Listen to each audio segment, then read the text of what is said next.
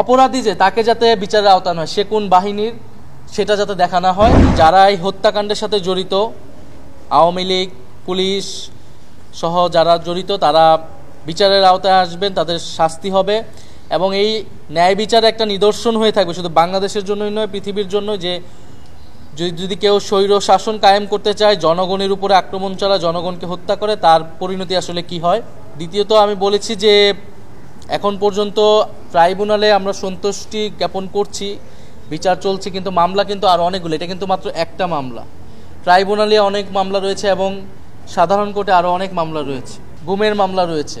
ফলে এই বিচারটাকে সার্বিকভাবে দেখতে হবে, কারণ আমরা যে সাধারণ কোর্টে যে মামলাগুলা, সেই মামলাগুলো সম্পর্কে কিন্তু আমরা তেমন ইতিবাচক কথা শুনতে পাচ্ছি না। শহীদ পরিবারদের সাথে যখন আমরা কথা বলি, অনেকে জামিন নিয়ে বের হয়ে যাওয়ার মতো ঘটনা ঘটতেছে, বা সরকারের সেটা নিয়ে প্ল্যান কি, এই বিষয়ে আমরা আসলে জানতে পারতেছি না।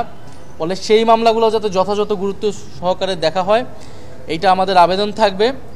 একইভাবে এই মামলাকে শুধু যাতে, একটা তো রাজনৈতিক দিক যে শেখ হাসিনাকে আমি বিচারের আওতায় আনতেছি, আওয়ামী লীগ এনে থাকে, একইভাবে পুলিশ সহ, মিলিটারি সহ অন্যান্য বাহিনীর যারা এই জুলাই গণঅভ্যুত্থান সহ গুমের ঘটনায় যুক্ত, তাদেরকেও যাতে বিচারের আওতায় আনা হয়। কোনো বাহিনীর দেখে যাতে কেউ পার পেয়ে না যায়, সেটা আমাদের কাছে কিন্তু স্পষ্ট থাকতে হবে। কারণ আমরা দেখেছি গুমের ঘটনায় অনেক অভিযোগ এসেছে, আমি নিজে অভিযোগ দিয়েছি, ডিজিএফআই যেসব অফিসাররা আমাকে তুলে নিয়ে গেছে, হেনস্থা করা হয়েছে।